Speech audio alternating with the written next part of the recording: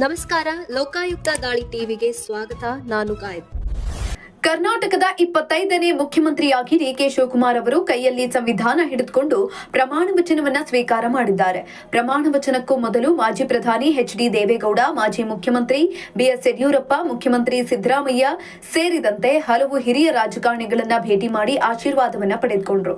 ಬಳಿಕ ಡಿಕೆ ಶಿವಕುಮಾರ್ ಅವರು ಅವರ ತಾಯಿ ಬಳಿ ತೆರಳಿ ಆಶೀರ್ವಾದವನ್ನ ಪಡೆದು ಅಲ್ಲಿಂದ ನೇರವಾಗಿ ಲೋಕಭವನಕ್ಕೆ ತೆರಳಿ ಮುಖ್ಯಮಂತ್ರಿಯಾಗಿ ಪ್ರಮಾಣ ವಚನವನ್ನ ಸ್ವೀಕರಿಸಿದ್ದಾರೆ. ಇನ್ನು ಲೋಕಭವನದಲ್ಲಿ ನಡೆದ ಪದಗ್ರಹಣ ಕಾರ್ಯಕ್ರಮದಲ್ಲಿ ರಾಜ್ಯಪಾಲ ಥಾವರ್ಚಂದ್ ಗೆಹ್ಲೋಟ್ ಅವರು ಡಿಕೆ ಶಿವಕುಮಾರ್ ಅವರಿಗೆ ಪ್ರತಿಜ್ಞಾ ವಿಧಿ ಬೋಧಿಸಿದ್ರು.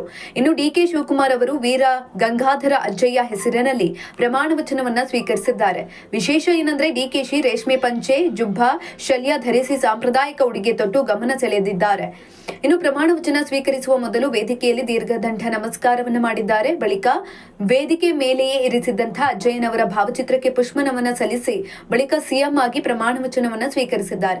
ಇದೇ ಸಂದರ್ಭದಲ್ಲಿ doctor G Parameshwar, MB Patil ಸೇರಿದಂತೆ ಹಲವು ಸಚಿವರು ಪ್ರಮಾಣ ವಚನವನ್ನ ಸ್ವೀಕರಿಸಿದ್ರು. ಇನ್ನು ಕಾರ್ಯಕ್ರಮದಲ್ಲಿ ಎಐಸಿಸಿ ಅಧ್ಯಕ್ಷ ಮಲ್ಲಿಕಾರ್ಜುನ್ ಖರ್ಗೆ, ಲೋಕಸಭೆ ವಿಪಕ್ಷ ನಾಯಕ ರಾಹುಲ್ ಗಾಂಧಿ, ಮಾಜಿ ಮುಖ್ಯಮಂತ್ರಿ ಸಿದ್ದರಾಮಯ್ಯ ಸೇರಿದಂತೆ ಹಲವು ಕಾಂಗ್ರೆಸ್ನ ಹಿರಿಯ ನಾಯಕರುಗಳು ಭಾಗಿಯಾಗಿದ್ದರು.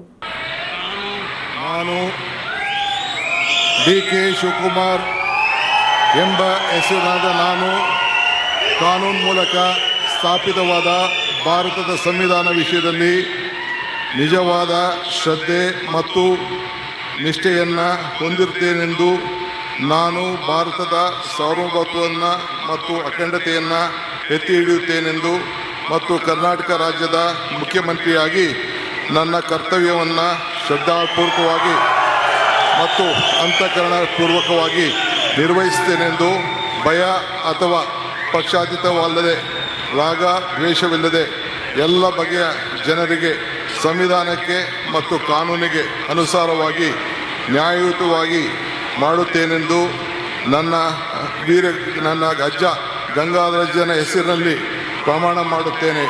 ಶ್ರದ್ಧಾಪೂರ್ವಕವಾಗಿ ಪ್ರತಿಜ್ಞೆಯನ್ನು ಮಾಡುತ್ತೇನೆ.